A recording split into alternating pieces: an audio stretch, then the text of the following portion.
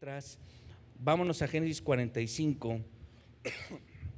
Nos quedamos en el versículo 16, pero yo quisiera retomar un poco la lectura desde el principio para retomar en qué momento de la historia nos quedamos y para recapitular en algunos puntos que creo que es necesario que expliquemos con más profundidad. Dice: ¿no podía ya José contenerse delante de todos los que estaban al lado suyo? Recordemos que está con algunos esclavos que él tenía y con sus hermanos. Dice: y clamó: hagan salir de mi presencia a todos. Y no quedó nadie con él al darse a conocer José a sus hermanos. Entonces se dio a llorar a gritos, y oyeron los egipcios a todos los que había sacado, dice, y oyó también la casa de Faraón, que eran sus vecinos.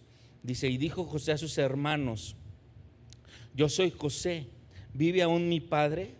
Y sus hermanos no pudieron responderle porque estaban turbados delante de él, estaban en shock, literalmente, ¿no? Entonces dijo José a sus hermanos: acérquense ahora a mí. Y ellos se acercaron. Les está empezando a hablar en hebreo, como resalté la semana pasada. Por primera vez este personaje a todos los hermanos les empieza a hablar en hebreo, después de estar hablando por muchos días solamente en egipcio. Y él les dijo: yo soy José, su hermano, el que vendiste a Egipto. Ahora pues no se entristezcan ni os pese haberme vendido acá, porque para preservación de vida me envió Dios delante de ustedes. Para preservación de vida. Y recuerdo haberles pedido subrayar este versículo la semana pasada, pero aquí quiero señalar algo que no expliqué la semana pasada acerca de esto que está diciendo José. A José le queda muy claro que todo lo malo que ha sufrido durante 22 años es algo que Dios hizo, que Dios permitió, y es algo que tenía un propósito, ¿sí? Y él dice: para preservación de vida me envió Dios. Y esta preservación de vida no era nada más que durante 7 años de hambre sobrevivieran los egipcios, sobreviviera el pueblo de Israel como tal, ¿sí? Obviamente está hablando, cuando dice preservación de vida, está hablando que los que a lo mejor iban a morir no mueran. En ese sentido, y está mencionándose que si esto no hubiera pasado, si José no hubiera sido la mano con el poder suficiente en Egipto como para poder tener el poder de alimentar a muchos y anticipar todo lo que sucedió, pues a lo mejor Egipto hubiera desaparecido y toda la civilización. Entonces estamos hablando de un plan mundial, y quiero que no perdamos de vista que lo que está pasando en el mundo en esa época, Dios lo tiene todo bajo control. O sea, está escrito en la Biblia que esta hambre de 7 años está sucediendo en toda la tierra, no nada más en el pedacito que es Egipto y que sería el pueblo de Canaán o la región de Canaán, sino en toda la tierra. Y se menciona en el relato que de varias regiones iban a comprar, seguramente regiones de África, regiones de Asia, que serían las civilizaciones más adelantadas de esa época. Entonces, esto está sucediendo a nivel global. Ojo con lo que voy a decir. Dios tiene el control de su creación, esa creación que vimos, cómo Dios la hizo con el detalle, con la profundidad, con la inteligencia, con el sentido adecuados. No nada más en el momento que la creó, sino Él sigue teniendo el control de esa naturaleza. Él sigue teniendo el control. Nosotros hoy estamos tan, como seres humanos, tan ensimismados en nosotros mismos que creemos, pensamos, nos dejamos llevar a veces por comentarios, a veces científicos hasta cierto punto, en los cuales, por ejemplo, se dice que pues el calentamiento global está provocando cambios de temperatura, están sucediendo muchas cosas en el mundo, y la explicación del hombre es: todo lo que pasa en el mundo pasa por el hombre. Es la explicación de los científicos. ¿Quién está causando el calentamiento global? ¿Qué dice el científico? El hombre. ¿Por qué? Pues que por la contaminación, que por esto y por otro. Hay explicaciones entre comillas con ciertos argumentos. Pero yo quiero decirles algo, hermanos, que el control de lo que está pasando en la tierra lo tiene el Señor, lo tiene Dios, más allá de lo que haga el hombre. De hecho, según lo que hemos visto en los registros bíblicos, solamente en Génesis, nos hemos dado cuenta que en Génesis se mencionan épocas de sequía, épocas de abundancia. Entonces, como que hay cierta ciclicidad en la tierra, ciertos periodos de años en los cuales la tierra tiene más temperatura, menos cantidad de agua, más cantidad de agua. Y que nos digan ahorita lo que estamos pasando ahorita en Monterrey, ¿no? Pero si nos hubieran dicho que nos iba a faltar agua en el 2017, o no me acuerdo qué año fue el año que llovió mucho, que estábamos casi ahogándonos y por todas partes corrían ríos de agua viva, nadie lo hubiera creído. Y estamos hablando de ¿cuántos años de diferencia? 5 años, cuando en Génesis estamos hablando de miles de años de diferencia. Para no ir más allá, creo que esto lo comenté en alguna de las clases que dimos al principio en Génesis. Groenlandia se llama Groenlandia porque en inglés Greenland significa tierra verde. Cuando los vikingos llegaron a Groenlandia, toda esa parte del polo norte no estaba congelada, estaba descongelada. Por eso le pusieron Greenland, tierra verde.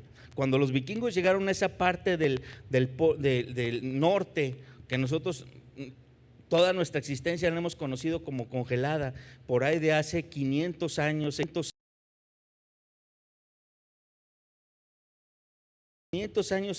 años, la tierra estaba más caliente que ahorita. Lo único que está pasando es que la tierra de repente ahora se enfrió y ahora se está volviendo a calentar, y luego Dios sigue moviendo su creación como Él le conviene. De hecho, la Biblia en Colosenses dice que Él sustenta la creación, Él sustenta toda su creación, Él sigue sustentando su creación. Ahora, todo esto lo menciono porque entonces lo que está pasando en la época de José es un plan divino a nivel global, a nivel mundial. No nada más es su familia, no nada más es Egipto, no, es algo a nivel mundial que Dios está haciendo. Y Dios, José tiene el privilegio de ser el eje, de ser el punto que va a cambiar la historia, porque Dios así lo quiso. José tiene ese privilegio de ser la persona a la que se le reveló, pero no nada más la persona a la que se le reveló lo que iba a pasar, sino ser el principal partícipe en la toma de decisiones de todo lo que está sucediendo, en lo que estamos viendo. Esto es impresionante, ¿sí? Más al rato voy a aclarar un poquito más por qué. Pero también quiero notar en este versículo algo más. Si Dios no hubiera hecho esto con la familia de Jacob, con la familia de Israel, esos 12 hijos suyos que estaban en la tierra de Canaán, si Dios no se los hubiera llevado a Egipto por medio de esta hambre, esos hijos nunca se hubieran convertido en una gran nación. Y eso, pues no estoy aquí para apostar, pero yo creo que sí pudiera yo asegurarlo con mucha certeza.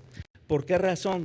Porque la evidencia histórica del pueblo de Israel más adelante, 500 años después, 600 años después, 700 años después, es que ese pueblo fue desobediente siempre. Y una de las cosas que Dios pedía a su pueblo era que no se mezclaran con otra nación, ¿sí o no? Entonces, lo primero que hicieron después de regresar de Egipto fue empezarse a mezclar, a desobedecer. Cuando antes, si Dios los hubiera dejado en la tierra de Canaán, los hijos de Israel se hubieran empezado a casar con cananeas y hubiera desaparecido el pueblo de Israel, nunca hubiera existido. Lo que está haciendo Dios ahorita es llevarse al pueblo, a esas 70 personas descendientes de Israel, que ahorita vamos a ver quiénes son, se los lleva a Egipto, y en Egipto los mete como en una especie de cápsula, una cápsula geográfica, porque quedan viviendo prácticamente en una península en la que hacia la izquierda tenían un río, hacia la derecha tenían un mar, hacia el norte tenían un mar y hacia el sur tenían un pueblo egipcio que los abominaba. O sea, un pueblo egipcio que odiaba a los hebreos, que les hacían fuchi. Entonces, el egipcio nunca permitía la mezcla con hebreos, ni siquiera la convivencia cercana. Entonces, Dios los está llevando a un territorio, el territorio perfecto para que 70 personas lleguen a convertirse después de 400 y pico de años en más de 2 millones de personas sin perder su genética, sin perder eso. Eso es importantísimo porque todos volvemos a ser Dios está haciendo algo que no entenderíamos. O sea, en el momento que está en José, algo que José no entendió. Nosotros estamos viendo a pasar en todo este contexto y que podemos ver que está en la pasada no está llevando la gente, no podía moverse, no podía mezclarse, lo único que les quedaba era convivir entre ellos, mezclarse entre ellos, y como pueblo, meterse después, no abandonasen en un tiempo pequeño, sino que eran más bien conservando una imagen, conservando ADN, conservando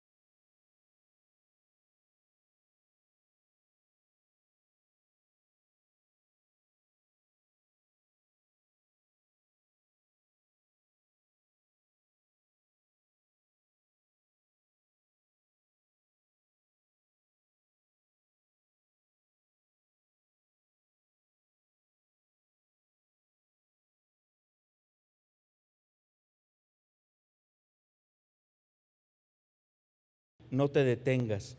Habitarás en la tierra de Gosén, estarás cerca de mí, tú y tus hijos y los hijos de tus hijos, tus ganados, tus vacas y todo lo que tienes, y ahí te alimentaré, pues aún quedan 5 años de hambre para que no perezcas de pobreza tú y tu casa y todo lo que tienes.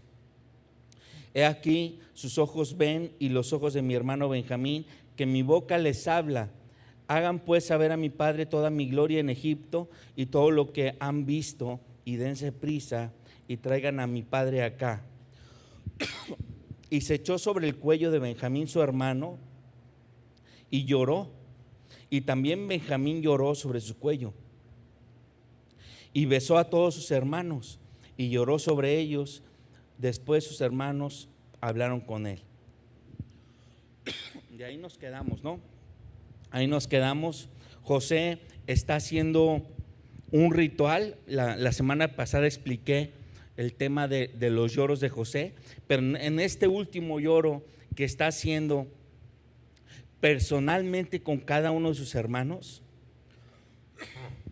la semana pasada lo expliqué desde la perspectiva de José, pero ahora imagínate tú, hermano, desde la otra perspectiva. Volteemos la tortilla. Vamos a suponer que tú eres uno de esos hermanos que traicionaste a José y tú lo vendiste, y que durante 22 años has dicho: yo no hice nada, no pasó nada, no sé dónde está mi hermano, y de repente está enfrente de ti, se te revela, te dice quién es, te ofrece perdón, y tú estás mudo, estás literalmente mudo porque no sabes qué decir.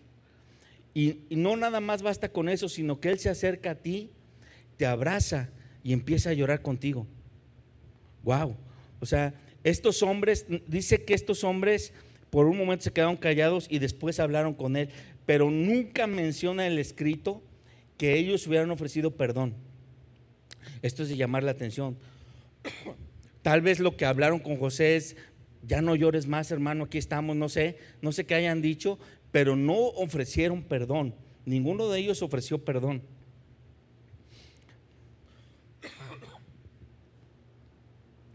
Versículo 16 dice: y se oyó la noticia en la casa de Faraón, diciendo: los hermanos de José han venido.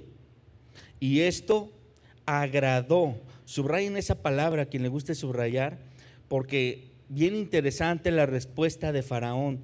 Dice que le agradó en los ojos de Faraón, y esto agradó en los ojos de Faraón y de sus siervos. Imagínense que seguramente todos ustedes han invitado y acostumbran a invitar gente a su casa. ¿Qué pasa cuando invitas a alguien que en tu casa se comporta de forma grosera, que en tu casa va y te insulta, en tu casa, que en tu casa va y no se acomide a nada, que en tu casa va y hace algo incorrecto, lo que sea? O sea, pues estamos hablando de niños, estamos hablando de adultos, a quien sea. A lo mejor lo invitaste una vez, pero para la siguiente le piensas dos veces, ¿sí o no? Inclusive si son niños, hasta a tu hijo le dices la siguiente vez que es su cumpleaños y que ni modo tienes que invitar a todos los primitos y a todos los amigos, y que dice: chin, pues ¿qué hago? ¿Lo invito a estos tres malandros o no? Y el niño se le escapa y sí le dio la invitación, y chin, bueno, ya sucedió, y ahora ¿qué hago con esos tres malandros? Lo primero que haces es: hijito, van a venir esos muchachitos otra vez a tu casa. Si se meten a tu recámara y hacen el mismo desorden que la vez pasada, tú me la vas a pagar. O sea, ya hasta estamos hablando de transferirle la responsabilidad a alguien más, ¿no?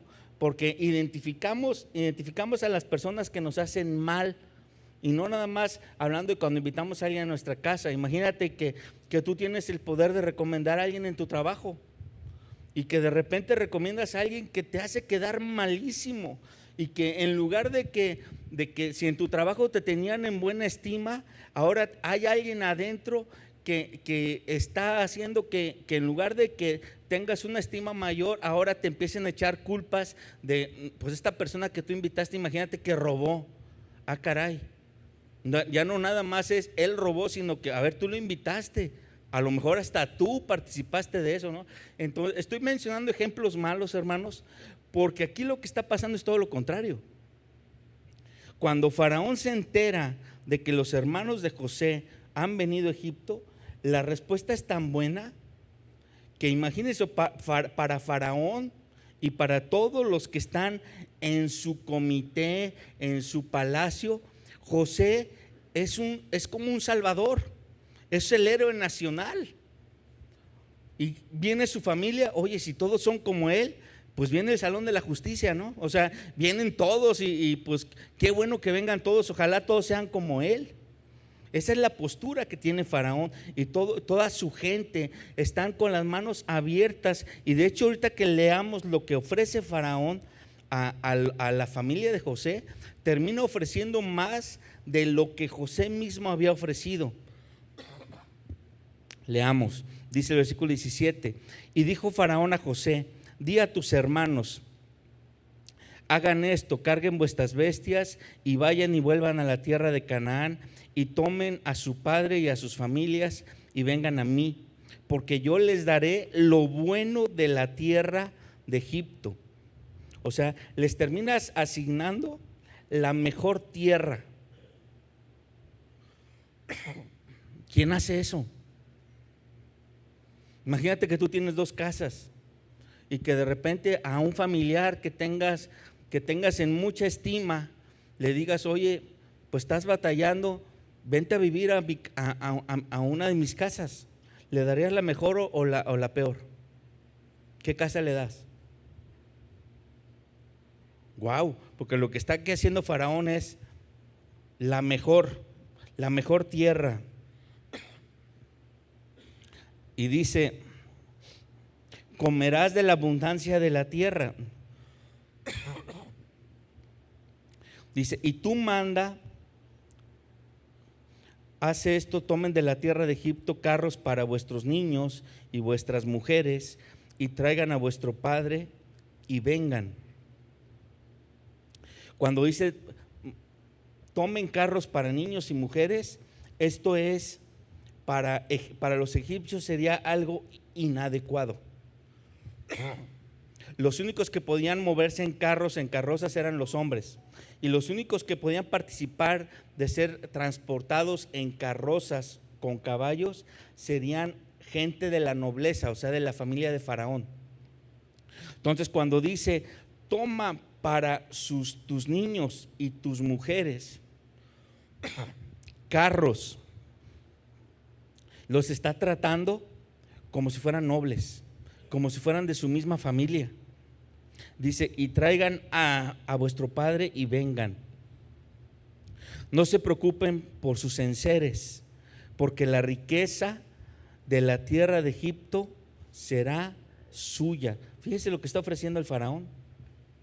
No está ofreciendo lo que le sobra, no está ofreciendo lo peor, no está ofreciendo eso, está ofreciendo todo lo contrario, lo mejor que tengo, ¿sí? Y dice: la riqueza de Egipto es de ustedes, es de ustedes. De hecho, esta palabra se va a cumplir 400 años después, cuando salgan. Van a salir despojando a Egipto de esa riqueza. Dice: y lo hicieron así los hijos de Israel. Y les dio José carros conforme a la orden de Faraón, y les suministró víveres para el camino. A cada uno de todos de ellos dio mudas de vestidos, y a Benjamín dio 300 piezas de plata y 5 mudas de vestidos. Entonces, para Benjamín hay un trato especial. No nada más le dan dinero que a nadie más le dan, sino que dice 5 mudas de vestidos.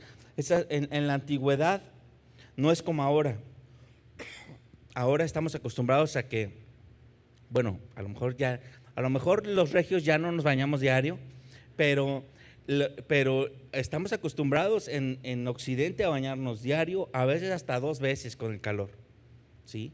Estamos acostumbrados a cambiarnos diario, a veces igual hasta 2 veces por el calor, ¿sí? Pero en la antigüedad la realidad es que se usaba una vestimenta como una vestimenta interior, que esa era la que se cambiaba a lo mejor cada 2-3 días, pero lo que fuera la vestimenta exterior, esa se usaba, hagan de cuenta, como una vez cada 15 días. O sea, era la que usabas y parecías foto, ¿no? Así te veían, pues, porque realmente en la antigüedad no existía eso de que cada quien tenía en su closet tanta cantidad de mudas de ropa, ¿no? La gente común tenía, si acaso, dos vestimentas, y solamente cuando la vestimenta se les rompía o algo le pasaba era cuando compraban otra, porque no era algo que fuera pues ni siquiera mal visto el tener esa ropa, ¿no? Entonces, cuando aquí menciona que le está dando cinco mudas de vestidos a Benjamín para hacer un viaje de 2 días. Es así como que, oye, como que si Benjamín fuera el sultán de no sé qué, ¿no? Como si alguien que no podemos verlo igual todos los días. Así están dándole ese trato a Benjamín. Dice, y a su padre envió esto: 10 asnos cargados de lo mejor de Egipto. ¿Qué es lo que te imaginas que es lo mejor de Egipto? ¿Alguna vez han ido a alguna de esas tiendas que venden puras cosas egipcias? Y que tú vas a esas tiendas y hasta te saturas, ¿no? Porque está tan lleno de jeroglíficos, garabatos, pero también de lo brilloso. O sea, está lleno de cosas color oro. Es algo típico de los egipcios. Ellos buscaban ponerle oro a todo, ¿sí? Hasta el gato lo tenían con su collar de oro. Entonces, lo mejor de Egipto, ¿qué sería? Serían cosas, tesoros de oro. Dice, y 10 asnas cargadas de trigo, pan y comida para su padre en el camino. Y despidió a sus hermanos y ellos se fueron, y él les dijo: no se peleen en el camino. ¿Por qué dirá esto José? No se peleen en el camino. José conoce a sus hermanos, ¿no? José sabe cómo son, y José sabe que todos tienen un carácter, que solos son malandros. Imagínate juntos, ¿no? O sea, como cuando tienes ahí a 2 personajes que dices, oye, juntos son buena gente, pero cuando están, separados son buena gente, pero cuando estos 3 se juntan son dinamita. O sea, son una pandillita. Así eran estos hermanos. Pero yo estoy seguro que José les dice eso a sus hermanos, porque cuando termina llorando con ellos, si José se hubiera salido después de revelarse a ellos, ¿qué hubiera pasado entre ellos? ¿Ves? Te dije que no hiciéramos eso. ¿Ves?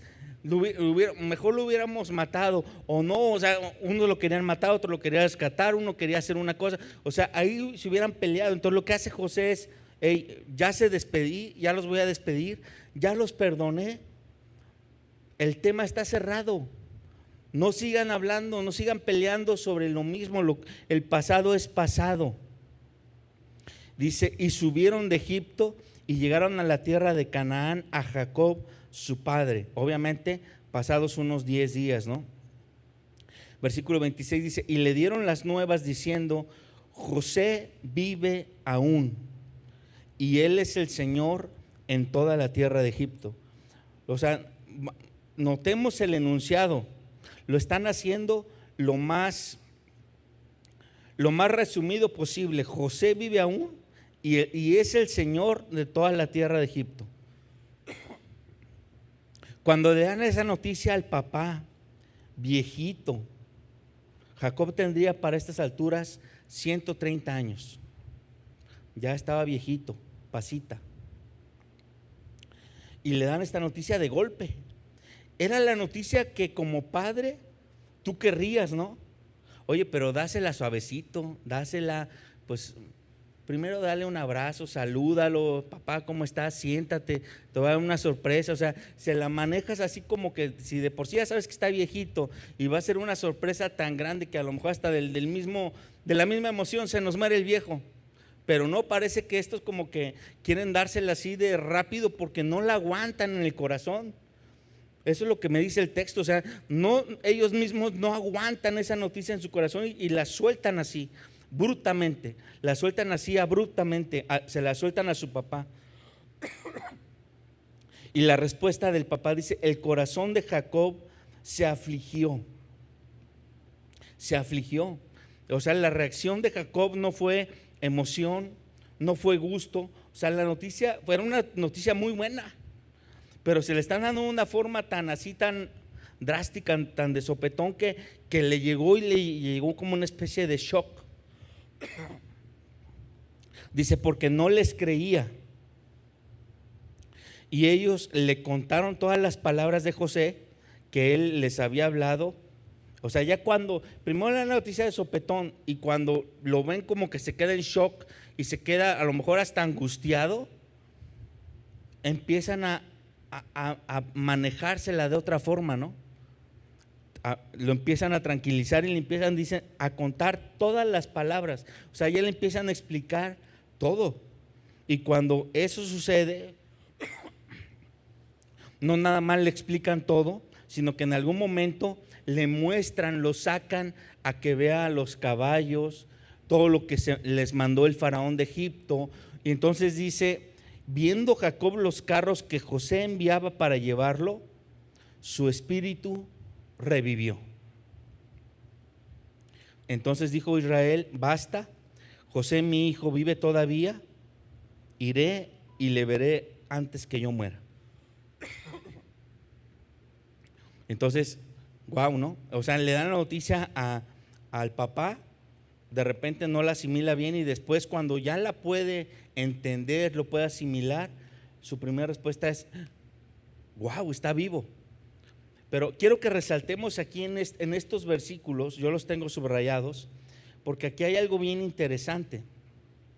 En el versículo 26 al versículo 28 se menciona que cuando los hijos los hijos le dan la noticia al papá, dice a Jacob, dice, le dan la noticia a Jacob, y Jacob se afligió porque no lo creyó.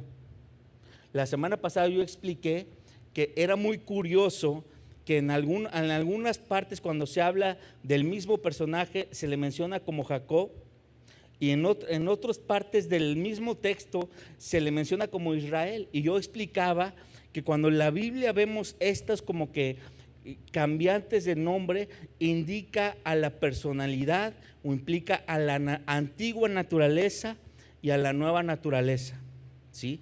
El antiguo hombre y el nuevo hombre.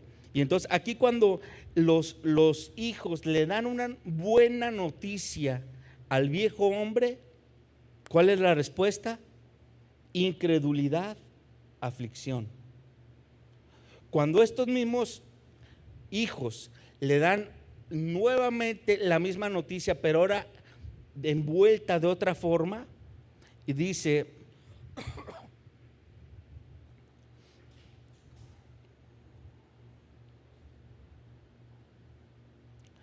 que en el versículo 27 que le contaron todas las palabras como las había dicho José,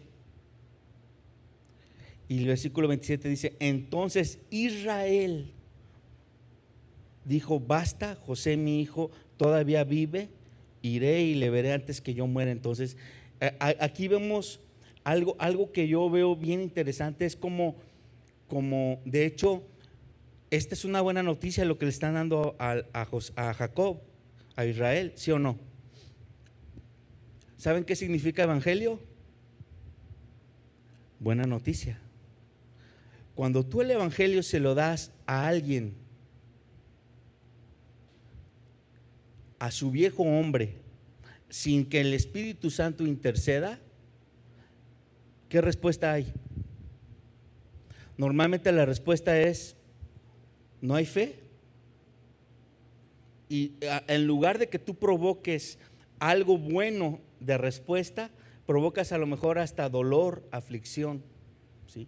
Pero cuando el evangelio, la buena noticia, se comparte guiada por el Espíritu Santo, que es por eso que dice el versículo 27, se la dicen tal como la dijo José, es muy diferente.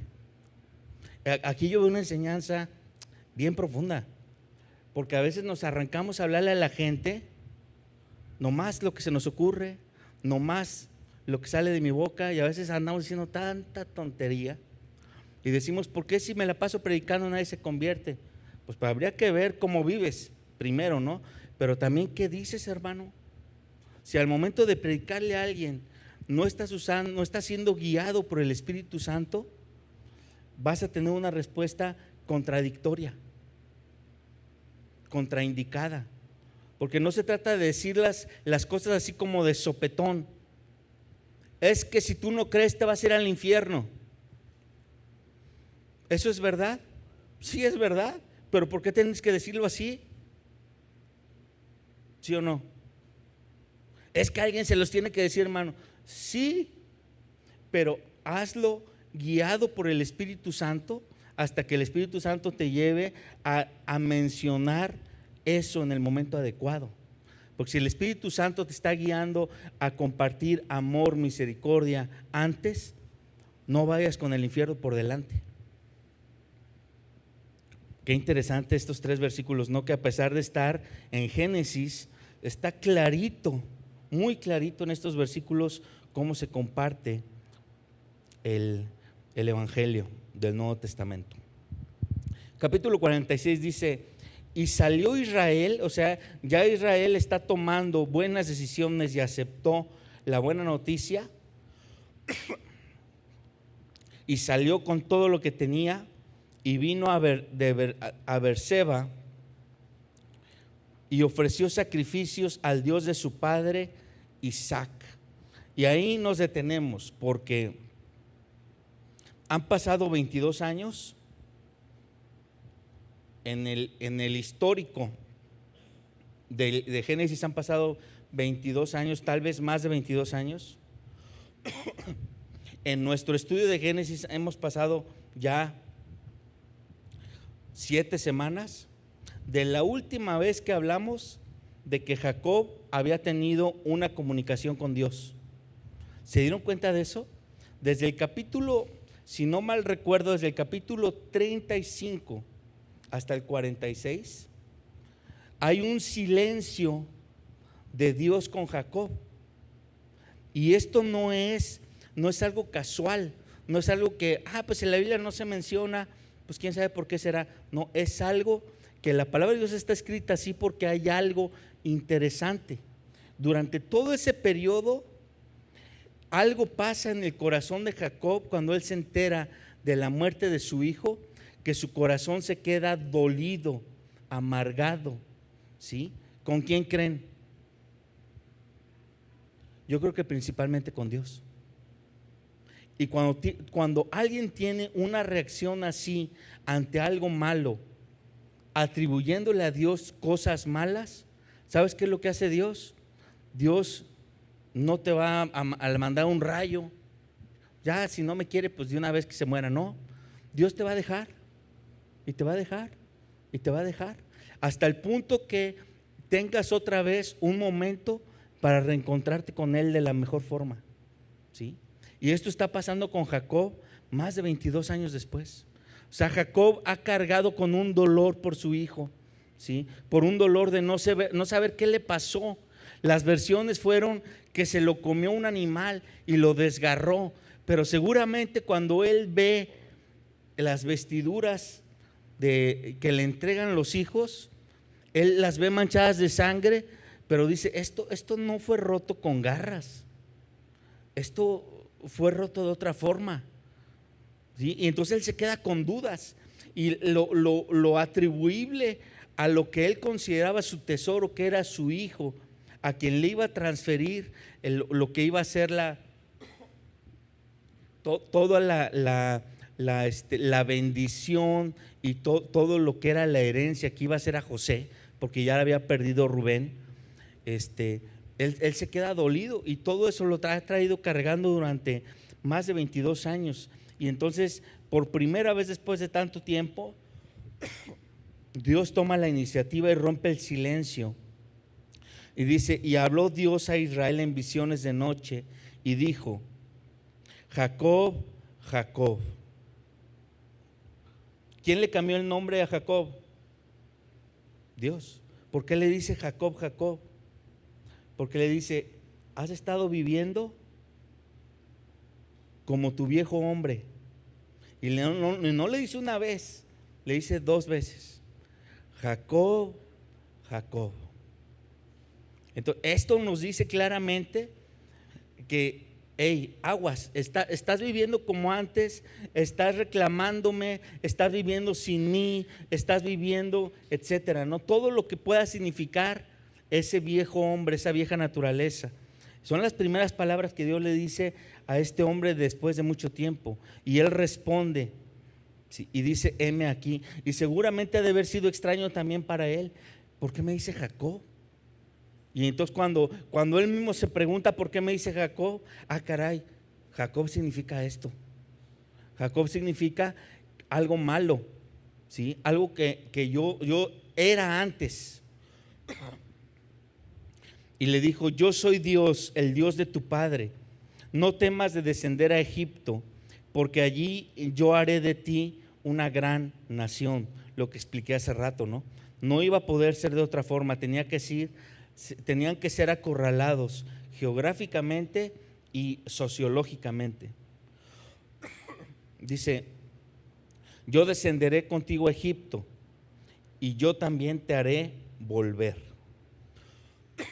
Esto que Dios le está diciendo a Jacob, se lo había dicho como 80 años antes a Abraham. Dios se lo había dicho a Abraham, tu descendencia será como multitudes, dice, pero primero va a ir a Egipto, ¿sí? Estará en Egipto como 400 años y de ahí yo haré una nación grande. Entonces le reitera Dios a Jacob que Dios siempre ha tenido el mismo plan.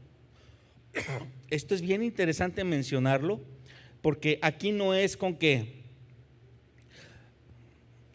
la maldad de tus hijos con José me hizo cambiar el plan. ¿Sí se dan cuenta? Dios no le está diciendo, no, yo no cambié mi plan era el mismo que yo le mencioné a Abraham desde antes. Es el mismo, se está cumpliendo simplemente lo que yo dije que iba a pasar. Y notemos que Dios le dice a Jacob, yo descenderé contigo.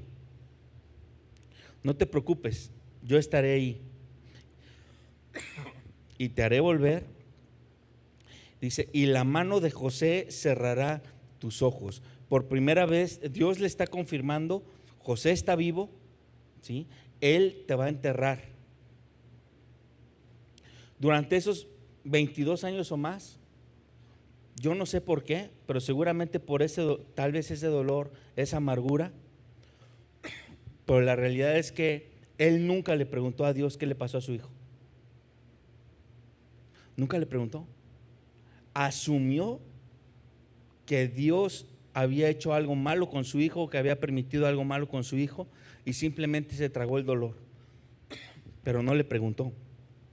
Aquí Dios le está diciendo lo que va a pasar y que José de hecho lo va a enterrar.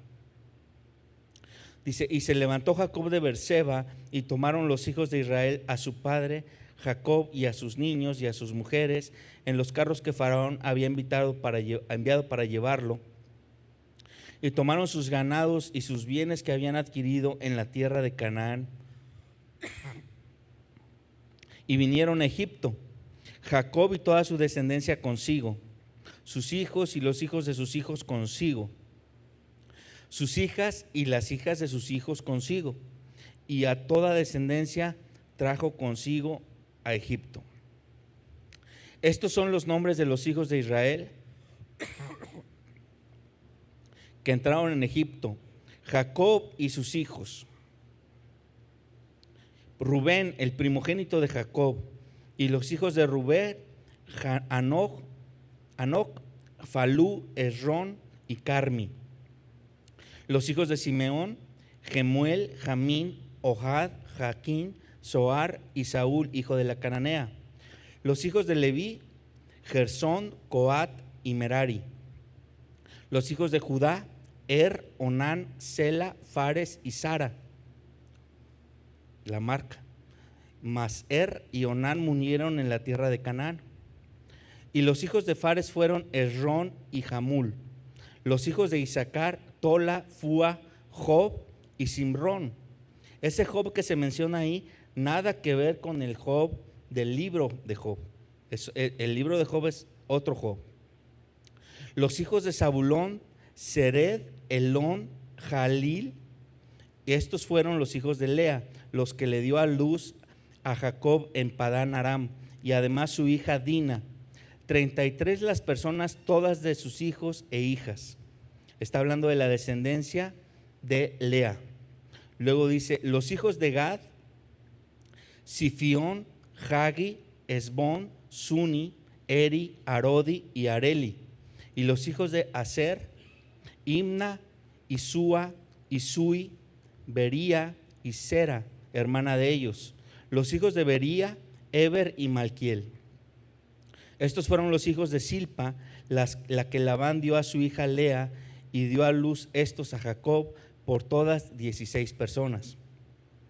Los hijos de Raquel, mujer de Jacob, José y Benjamín. Y nacieron a José en la tierra de Egipto Manasés y Efraín, los que le dio a luz a Senat, hija de Potifera, sacerdote de On. Los hijos de Benjamín fueron Bela, Bequer, Asbel, Gera, Naamán, Ejí, Ros, Mupim, Upim y Ard. Estos fueron los hijos de Raquel, que nacieron a Jacob, por todas 14 personas. Los hijos de Dan, Usim. Los hijos de Neftalí, Jasel, Juni, Geser y Silem. Estos fueron los hijos de Bila, la que dio Labán a Raquel su hija, y dio a luz estos a Jacob, por todas 7 personas. Todas las personas que vinieron a Jacob, con Jacob a Egipto, procedentes de sus lomos, sin las mujeres de los hijos de Jacob, todas las personas fueron 66. Y los hijos de José que le nacieron en Egipto, 2 personas. Todas las personas de la casa de Jacob que entraron en Egipto fueron 70. Bueno, ahí me voy a detener tantito. Parece como que en todos estos versículos que leímos, uno diría, ¿por qué es tan específico el libro de Génesis en algunos pasajes para declarar tan específicamente santo y seña? Porque aquí lo que acabamos de leer es el nombre y la ascendencia de cada una de las 70 personas que entraron a Israel. ¿Por qué será Dios tan específico? Porque de todos ellos va a construirse una nación, y esa nación va a ser construida primero por 12 tribus, 12 tribus territoriales y una 13ª tribu que era una tribu de servicio. Después eso lo veremos cuando nos toque Éxodo, pero realmente eran las 12 tribus de Israel. Y luego cuando se menciona los hijos de Rubén y se mencionan los nombres de los hijos de Rubén, cada uno de esos hijos de vienen siendo las familias principales de las tribus. Hay muchos pasajes en la Biblia, sobre todo en Éxodo, Deuteronomio, Josué y algunos pasajes del libro de Reyes, en que los textos dicen algo más o menos así. Dicen, y toda la nación de Israel estaba reunida en tal lugar, en tal cerro, por ejemplo, cuando en el pasaje de Elías, toda la nación de Israel, y uno se imagina, caray, millones y millones de gentes en ese cerrito, ahí estaban todos, en ese momento estaban todos ahí. No, el pasaje hace referencia a los principales, las familias principales. Entonces, por eso esto menciona quiénes eran las familias principales, y es bien interesante saberlo, porque entonces vas entendiendo, o sea, por qué a veces lo que pareciera como que una contradicción al momento de leerlo por primera vez, lo puedes entender cuando entiendes que está hablando de los representantes de toda la nación, no necesariamente de que todos los millones de personas ahí estaban, ¿no? Ok, sigamos.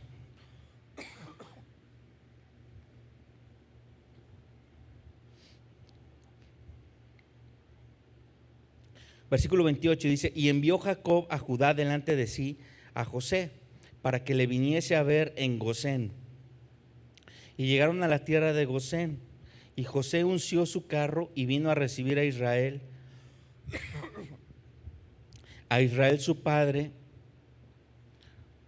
en Gosén, y se manifestó a él y se echó sobre su cuello. Cuando dice se manifestó a él, es que seguramente lo que hace José es, cuando se baja de su carruaje y va vestido pues completamente de egipcio, y seguramente han visto cómo era la cultura egipcia, que sobre todo los gobernantes tenían como una especie de, pues no sé cómo se llame, de cosa que se ponían aquí, que era como una especie de peluca de oro que se ponían como para reinar, y realmente eran pelones, o sea, los rapaban. Entonces, cuando dice se manifiesta a su papá, seguramente José se baja del carruaje, se acerca a su papá y como que notó en su papá una expresión de como que de no reconocerlo, y entonces lo que termina haciendo José es despojarse, se quita todo lo que puede identificarlo de alguna forma como egipcio para que lo vea tal cual es. Por eso dice se manifestó a él y se echó sobre su cuello y lloró sobre su cuello largamente. Entonces Israel dijo a José: muera yo ahora, espérate, no te nos vayas. Dice: ya he visto tu rostro y sé que aún vives. Y José dijo a sus hermanos y a la casa de su padre: subiré y lo haré saber a Faraón, y le diré: mis hermanos y la casa de mi padre que estaban en la tierra de Canaán han venido a mí, y los hombres son pastores de ovejas, porque son hombres ganaderos, y han traído sus ovejas y sus vacas y todo lo que tenían. Y cuando Faraón os llamare y dijere: ¿cuál es vuestro oficio? Entonces diréis: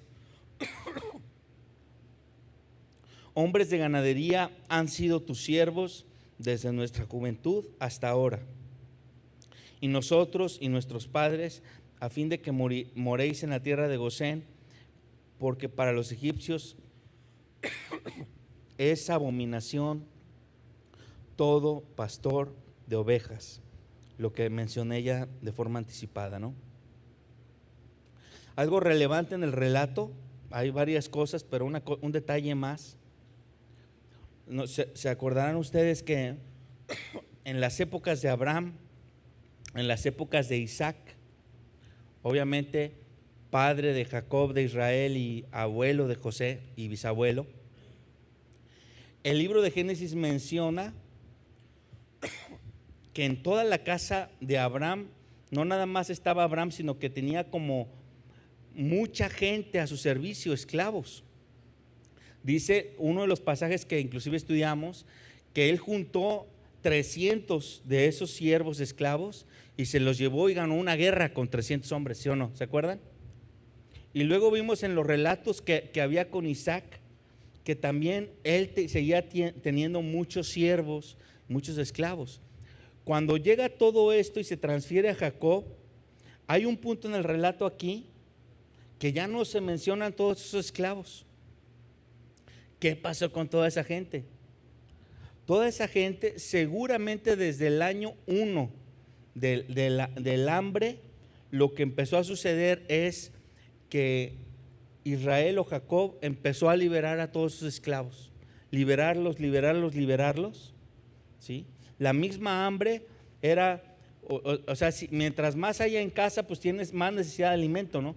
Entonces el mismo patriarca tuvo que haber liberado toda esa gente para no ser responsable de alimentarlos.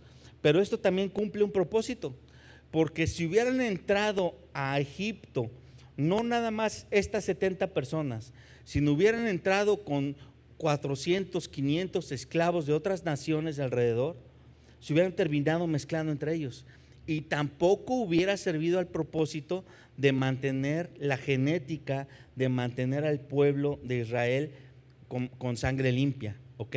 Entonces este es un punto bien relevante, porque es la forma en que lo podemos explicar y lo podemos entender. Ya estoy a punto de terminar, hermanos. Solamente quiero resaltar algunas cosas que yo creo que son bien importantes, ya más haciéndonos un poquito al ladito del relato, más viéndolo en una vista global todo lo que ha pasado en los últimos 5 capítulos. Hemos visto a un José que recibió una revelación, ¿sí o no? Recibió la revelación de los sueños, no nada más de los suyos, sino del faraón y del copero y del panadero. Recibió revelación. Luego, después de recibir la revelación, recibe visión y recibe sabiduría para emprender eso que se le había sido revelado. Y todo esto implica en que él se va a convertir en el salvador de todos los que lo rodeaban. Acabo de decir unas palabras muy claves, muy cristianas, que se usan mucho en el argot cristiano, ¿sí? Revelación, visión, salvación, sabiduría. En todo el relato vimos que ¿quién fue la única persona que recibió esto? José. ¿Quién fue el único que pagó el precio por eso? José. Y esto tiene una enseñanza. Si tú quieres recibir revelación, si tú quieres recibir sabiduría, si tú quieres tener una visión para tu vida, para tu futuro, si tú quieres que Dios te use para salvar a alguien más, tienes que pagar un precio. Tú tienes que pagar un precio. Dios no usa al más inútil, hermano. Se oye fuerte eso, pero Dios no usa al más inútil. La Biblia dice, Jesús lo dijo, al que tenga más talentos le da más, al que es más productivo, al que invierte más y mejor, Dios le da más, ¿sí? Si tú quieres realmente ser bendición para alguien más, tú tienes que pagar un precio. José vivió en carne propia el pago de ese precio. 20 años entre cárcel, entre angustias, entre golpes seguramente, en muchas cosas. Él pagó un precio por esa revelación, por esa visión, por esa sabiduría, por todo lo que él ahora tiene, que decimos, wow, es el gobernante. Pues sí, pero le sufrió, no fue de la noche a la mañana. Aguas cuando estamos con que, ay, es que estoy angustiado, estoy afligido. ¿Y qué has orado, hermano? ¿Qué Dios te ha dicho? Ah, pues no he orado. ¿Y estás leyendo tu Biblia? No, tampoco la he leído. ¿Cómo no quieres estar afligido, angustiado? Sufre de tantito, hermano. No quieras que cada vez que abre usted la boquita, venga alguien a darle alimentito a su boquita. Súfrale usted. Busque a Dios personalmente. Abra su Biblia. Que Dios le revele a usted, que Dios le dé visión a usted, que Dios le dé sabiduría a usted y que Dios haga de usted alguien que pueda llevarle luz a los que están alrededor de usted. No necesita que el pastor o el hermano fulano venga y le dé un shock eléctrico y le dé su lonche y ahora sí, váyase a predicar. No, si no lo haces en lo oculto, tampoco lo vas a hacer en público.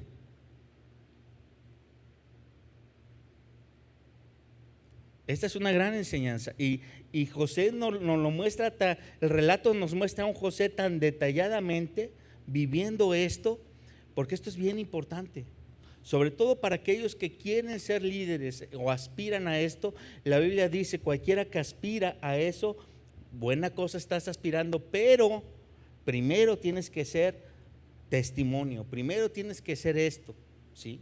Primero tienes que hacer lo que te corresponde hacer. Nota, esto no es parte de la predicación, pero lo digo como nota. Desde este púlpito van varias semanas que se ha invitado a que muchos se inscriban, los que están aquí, los que están allá viéndonos a distancia, al curso de navegantes. Hay muy poca gente dispuesta a sufrirle 2 horas a la semana por algo tan que es alimento, que es necesario para nuestras vidas. hermano, inviértale a lo que es de Dios, inviértale tiempo, inviértanle. Si quieren ver en su vida cambios, inviértanle a Dios. La segunda gran enseñanza que yo veo aquí, en todos estos capítulos que hemos terminado de ver acerca específicamente de José, tiene que ver con algo que yo mencionaba en las primeras predicaciones que vimos de Génesis. Yo les dije que iba a llegar un punto en que íbamos a poder entender muy claramente algo que es el propósito de Dios, ¿sí? Y ahorita voy a dedicarle 5 minutitos a explicar en 3 puntos lo que realmente es el propósito de Dios. Así que anótenlo, hermanos, porque estos conceptos son importantísimos.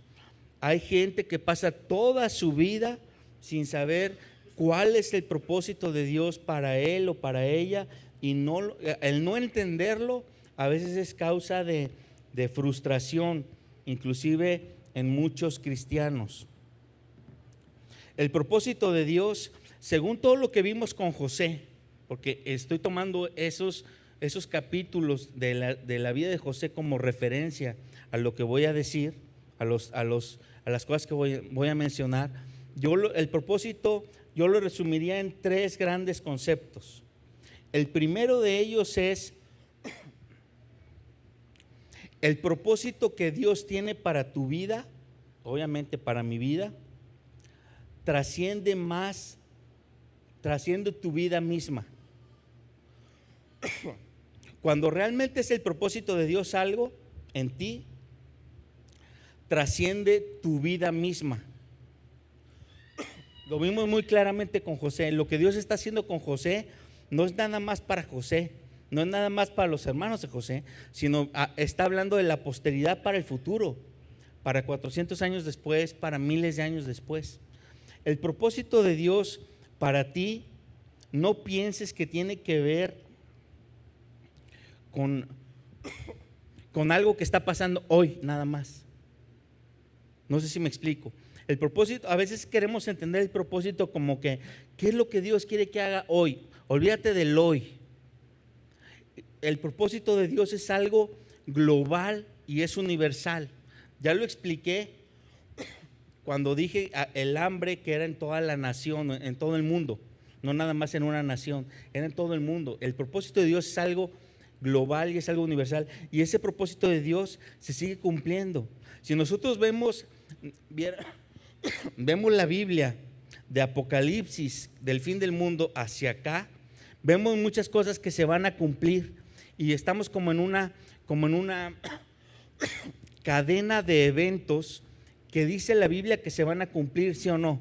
Son eventos proféticos, muchos de ellos en el futuro, pero cuando agarramos la profecía del futuro y nos vamos eslabón por eslabón hacia atrás, hacia atrás, hacia atrás, si pudiéramos llevarnos esa cadena, veríamos que esa cadena tiene un consecutivo desde el principio de la creación hasta el final de la creación. Es consecutiva, nadie la rompe. Cuando yo digo que el propósito de Dios es más allá de mi vida, es que yo debo entender el propósito de Dios como que en qué participo yo de esa cadena. No puedo pensar que el propósito de Dios es para mí. El propósito de Dios es para que yo participe en su plan, y va más allá de mi vida. No tiene que ver nada más con que los 100 años que voy a vivir aquí en la tierra, sino es un propósito eterno. Y aquí yo quiero decirles, hermanos, por ejemplo, en el relato que acabamos de terminar de explicar, vemos varios jugadores en el relato. Vemos a José como el único jugador activo, ¿sí o no? Él es el que sabe qué es lo que va a pasar, porque él recibió la revelación. Él es el que está administrando todo el alimento, porque él sabe cuánto va a durar. Él es el único activo en el plan de Dios, en el propósito de Dios que vimos con él. Pero vemos otros jugadores. Los egipcios y los hermanos de José son jugadores pasivos. Están en el relato, pero ellos realmente no están moviendo nada de lo que pasa. Ellos son participantes pasivos. Ahora, hay unos que ni se mencionan, que no son ni jugadores. Podríamos decir que esos están desde las gradas viendo. ¿Quiénes son? Pues que los chinos, que los de América, que ellos ni siquiera están en el relato, ellos están viendo muy de lejos todo lo que está pasando, ¿sí? Ni a lo mejor ni cuenta se dieron. Entonces aquí vemos tres tipos de personas: los que están en las gradas viendo lo que pasa, y a veces ni poniendo atención; los segundos, que están como que pasivos, ahí están en la cancha, pero nada más están viendo cómo la bola va de un lado para otro y ellos ni se mueven ni juegan; y los activos. Ahora, en el propósito de Dios, ¿quién eres tú? Tú no puedes ser un jugador activo si no te das cuenta de que lo que Dios te manda hacer va a trascenderte a ti. ¿Me explico? No vas a poder un jugador real. O sea, José se dio cuenta de que, oye, todo lo que estoy haciendo, pues es para que yo sea el rey de Egipto. No, él desde el principio dijo, es para salvación de todos, es para la posteridad, es lo que Dios quiere hacer. Entonces, el propósito de Dios hay que entenderlo como un plan global. ¿Y cómo me incluyo yo en ese propósito? Para que yo me incluya como un jugador activo, ¿saben qué es lo primero que tiene que pasar? Tengo que aprender a morir. Porque Dios te va a decir, oye, hermano, ¿cómo te llamas? Daniel. Vas a entrar de portero. Y tú vas a decir, no, Dios, yo he sido delantero toda mi vida. Yo meto los goles, tú ponme arriba. Y Dios te va a decir, no. A lo mejor tú toda tu vida has sido delantero, pero yo te voy a convertir en el mejor portero. ¿Te vas a poner? Entonces, ¿qué es lo primero que tiene que pasar para que Daniel se ponga en la portería? Pues voy a hacer lo que no quiero hacer. Voy a jugar lo que no quiero jugar. Y es lo que más nos duele a veces. Porque cuando tú dices, yo quiero participar en el plan de Dios, en su propósito, y le dices a Dios, aquí estoy, y de repente llega un hermano y te dice, ahí está la escoba, hermano. No, eso como que no es de Dios. Eso escoba a las brujas. O sea, entonces ya no entendemos que va más allá. Va más allá. Dios va a tratar conmigo, pero va más allá. La segunda cosa que tenemos que entender acerca del propósito de Dios es que el propósito de Dios va más allá de lo que yo puedo hacer. El propósito de Dios en mí es más de lo que yo puedo hacer por mí. Así escríbanlo. El propósito de Dios en mí es más de lo que yo puedo hacer por mí. Yo a algunos de ustedes les preguntaría, ¿tú puedes acabar una carrera? Y muchos van a decir sí. ¿Tú puedes tener una familia? Tú a lo mejor vas a decir, pues estoy feo, pero sí, tengo fe. ¿Y tú puedes mantenerla? Y a lo mejor vas a decir, pues a ver cómo le hago, pero sí. Entonces, a muchas cosas que pasan en la vida de cualquier ser humano, la mayoría de los seres humanos las pueden hacer. El gran problema que tenemos los cristianos cuando malentendemos el propósito de Dios es que pensamos que el propósito de Dios tiene que ver con lo que yo puedo hacer en mis fuerzas para mí, y eso no es así. El propósito de Dios tiene que ver con lo que Dios puede hacer en mí, haciendo a un lado mis fuerzas. Lo voy a volver a repetir. El propósito de Dios en mí tiene que ver con lo que Dios quiere hacer a través de mí, haciendo a un lado todas mis fuerzas. Entonces ya no va a depender de lo que yo puedo hacer, sino de lo que Él puede hacer. Y alguien que es llamado a predicar, como Moisés, que era tartamudo, dice, yo no, ¿cómo yo? Yo le dice, sí, tú. y te voy a corregir la lengua de tal forma que seas bueno para hacerlo, porque Él lo hace en nosotros. Ahora, si yo les dijera, hermanos, hermana Jessica, mañana le va a ir a tocar a visitar un hermano y mañana usted va a hacer un milagro en los ojos de ese hermano, y tú vas a ir, Antonieta, y vas a orar en la casa de la hermana X y vas a hacer otro milagro, y fírmenme aquí que van a hacer el milagro. ¿Quién de ustedes lo haría? Dirías, yo no puedo hacer milagros. ¿Yo quién soy para hacer milagros? Pero cuando Dios te dice, tú ve y yo estaré contigo, la cosa cambia. Entonces hay que cambiarnos ese chip. El propósito de Dios para mi vida no es que yo haga lo que yo humanamente puedo hacer. Dios me está llamando a hacer cosas que no puedo hacer humanamente. Ese es el real propósito de Dios. Entonces dice Dios, ve y haz esto. Y le dice a Pedro, camina. Y Pedro camina hasta que pierde la fe, ¿sí? Y le dice a haz esto. Le dice se me fue el nombre, Ananías. Le dice, ve y ora por Saúl para que recobre su vista. ¿Y qué es lo único que tiene que hacer Ananías? Ve y di las palabras y ponle la mano en la cabeza a ese asesino. Hazlo, nomás, y va a pasar. Wow, el propósito de Dios en mí no tiene que ver con lo que yo sea capaz de hacer, sino con lo que Él es capaz de hacer en mí. Y la tercera cosa del propósito de Dios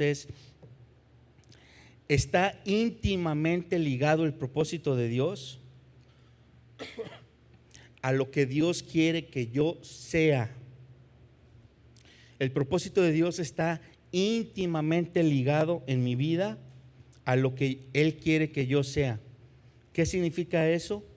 A que yo sea a su imagen. Nadie puede decir, yo estoy alineado al propósito de Dios, y que lo veas y es todo un diablo, ¿no? ¿Por qué? Porque Jesús le diría a ese personaje, apártate de mí, Satanás. No estás alineado, no eres parte del propósito, ¿sí? Pero realmente quien está alineado al propósito se parece mucho a Jesús. Y todo esto lo vemos en la vida de José. Estas tres cosas. José entendió muy claramente que lo que él le tocaba hacer era un pedacito de historia, pero que trascendía cientos, miles de años, ¿sí? Y luego él se dio cuenta que era más de lo que él podía hacer. Pero él dijo, Dios me puso, Dios hará. Y vemos como que le empieza a caer sabiduría. ¿De dónde le cayó esa sabiduría? Como para darle consejos al faraón. ¿De dónde? De lo alto. ¿De dónde le cayó la revelación? Así como si le estuvieran dictando en la oreja. De Dios. O sea, vemos a un hombre que dejó de ser él. Con todo lo que le pasó, murió tanto a sí mismo, que tan fácil fluye en su vida Dios. Tan fácil. Y al final vemos un hombre que se parece mucho a Jesús. Es capaz de perdonar, es capaz de entregarse, es capaz de gobernar, es capaz de administrar, es capaz de hablar. Y vemos cómo habla José y decimos, si no supiéramos lo que es el Antiguo Testamento y el Nuevo Testamento, si lo acabamos fuera la primera vez que abrimos nuestra Biblia, diríamos, este se parece mucho a Jesús. Habla como Jesús. Amén. Entonces vemos cómo Dios está usando el propósito en un hombre y lo está llevando a un punto en el que ya dejó de ser él y se está pareciendo más a Dios para poder hacer la obra de Dios. Pónganse de pie, hermanos.